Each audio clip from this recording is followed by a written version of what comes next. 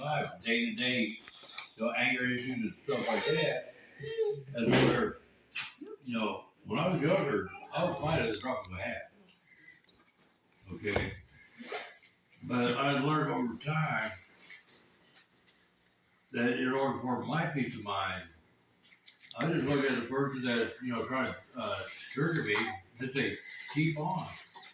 You ain't bothering me. I got my life to live. You got your life to live. So if you want to keep on, trying to destroy me through your actions and through your words, the only thing you're doing is making yourself look small.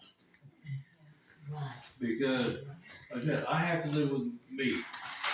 I'm not going to live with you. Okay. Because the way I see it is that if you want to be my friend, that's fine. If you don't want to be my friend, that's fine. Okay, because I got along before I knew you, and I'll get along without knowing you again. Okay, because I have to live with myself. That's a 24-hour day, 7 days a week chore. And so that's why I say,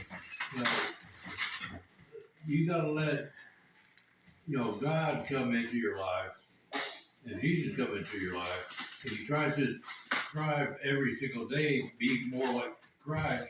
Yes. But we're, I don't know about anybody else in this room, but me, I'm a long way from being Christ-like.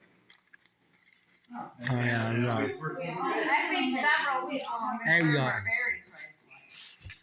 And then I think there's others that, we're all a work in progress every day. Right. But everybody has Christ-like tendencies or traits some have, the patience, some have the kindness, some have, there's always, if we're all here, then there's Christ in everybody here. Just even a pinch of him, or you wouldn't keep coming back.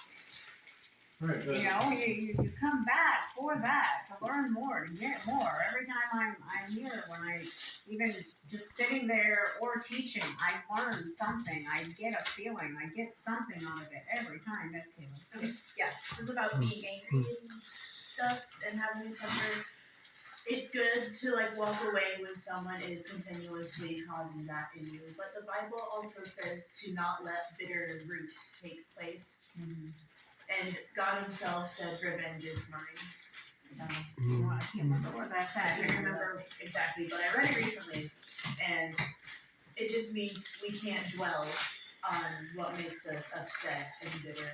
We have to give it to God and move on. And that's what we were talking about the other day. We were talking about leaving things with him. Leaving to that bit. And that's all a lot of it, how you pray. Like I did pray for, my anger to not be so bad.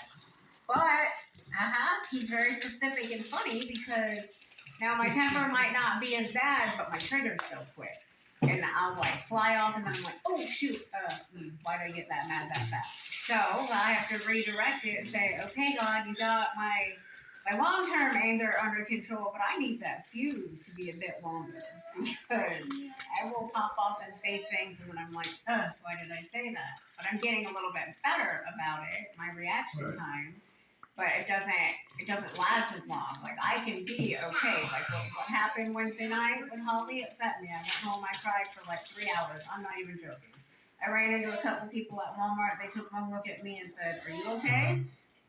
No, not really. I did fill one person in because it was